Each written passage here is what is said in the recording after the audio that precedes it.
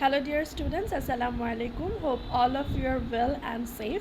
In this video we are going to discuss about the components of production, which is a topic of chapter 11. I have another video on chapter 11 that discusses about the resources, the types of resources, and how to protect the resources. So in this video we are going to discuss about the components and the factors of production.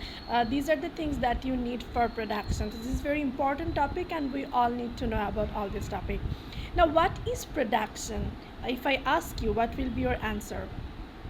Okay, so the answer is production is the transformation of one thing to another. Let me give you an example. If you procure food from the trees, that is not production because you are directly getting it. But if you have a tree, you cut it, you get wood, and by transforming the wood into a chair, you are making the furniture. So this process is known as production. Whenever you are making something out of another natural thing or some other thing. For example, if you get mango from the tree, it is not production, but whenever you are making or processing the juice from the mango, like whatever the different companies are doing, like Pran factory is doing, or different kind of mango juice producers, right? So this is production. Whenever you are transforming one product into another product, most of the time we get raw material from the nature and then we transform it. This transformation process is known as the production.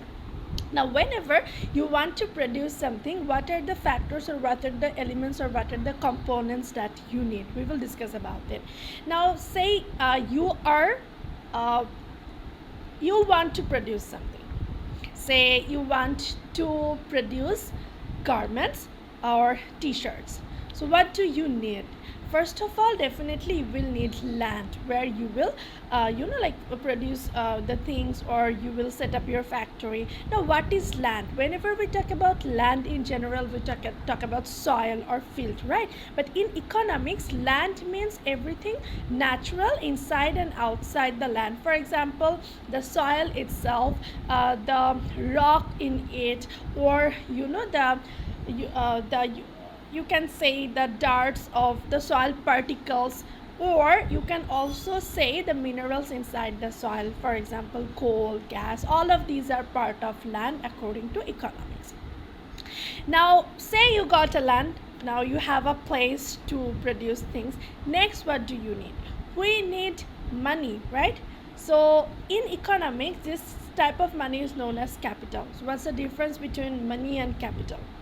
Basically, say if I give person A 10,000 taka and person B 10,000 taka, say person A goes to the shopping mall, he or she eats lots of food, does lots of shopping, and he or she finishes the 10,000 taka. That will be consumption and his or she is using the money. But if the person B takes the money and she or he buys some woods and she or he makes furniture out of that, so that means he or she is not directly consuming the money, he is again investing the money for further production. Now this is known as capital. This 10,000 taka for person B will be termed as capital. In economics, not only the money that is used in your production or that is invested in your production can be termed as capital. Side by side, the factory, the building, the machinery that are used in the production are also known as capital.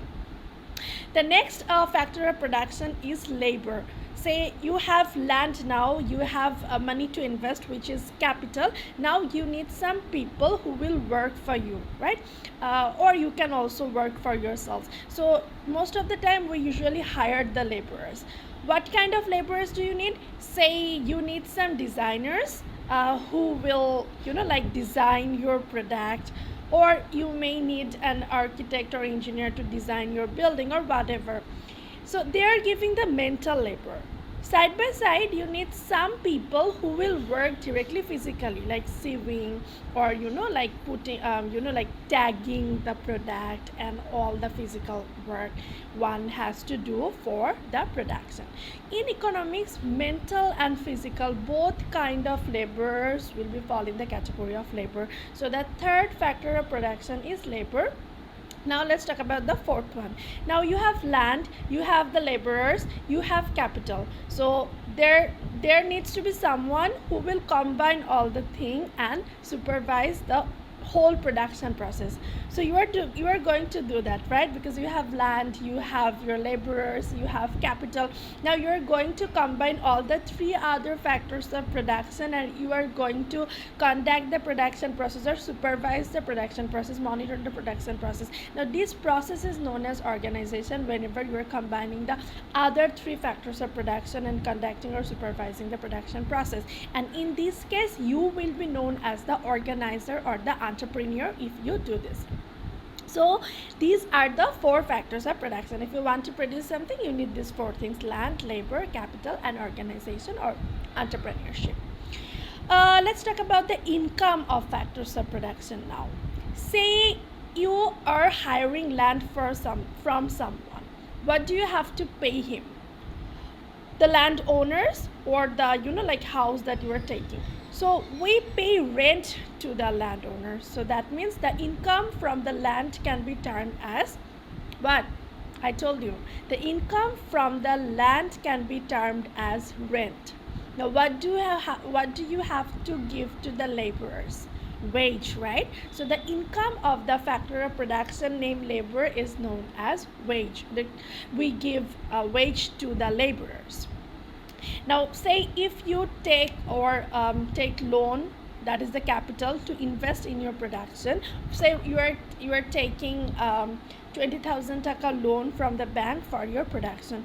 Whenever you are giving it back, you don't have to give back only 20,000 taka. You have to pay some extra. That is the earning of the bank, right? Because it is providing you capital. It needs to earn something as well.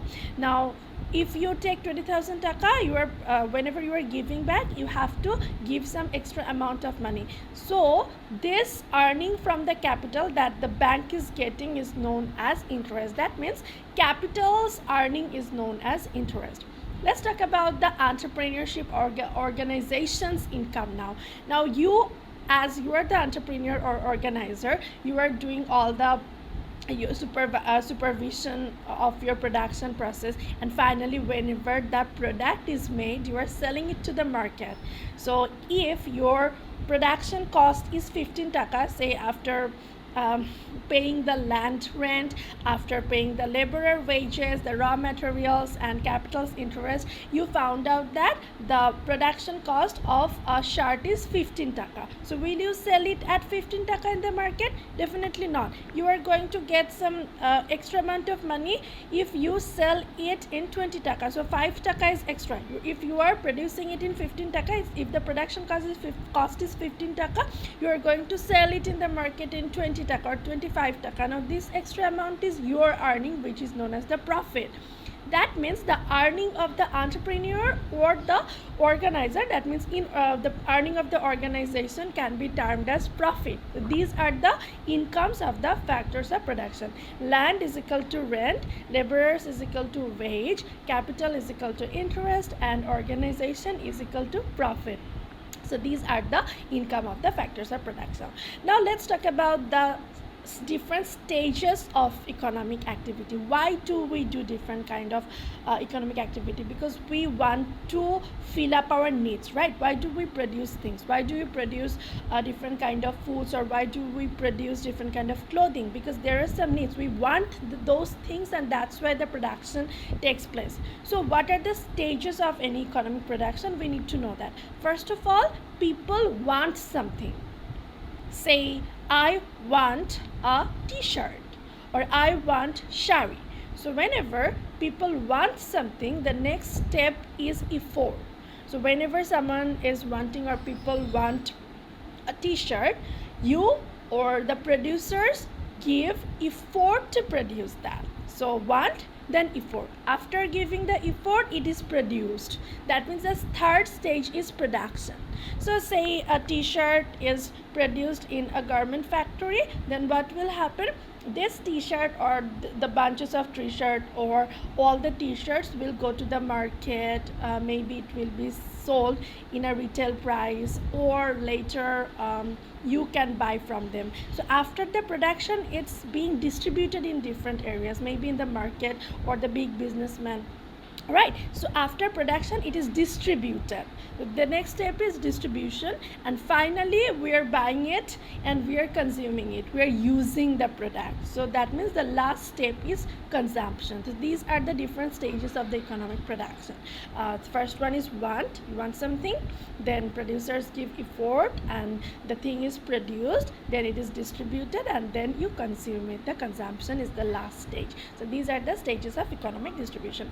In the last class we talked about resources. In this class we are talking about the factors of production. Inshallah, in the next lecture I will be discussing about different kind of economic systems that are prevailing in the world. So I hope the concept is clear to you, but if you still have any question you can ask me in the message option, in the comment option. I will try to answer it in my next video. So everyone, till my next video, please stay well, take care and stay safe. See you in the next class. Till then, Allah Hafiz.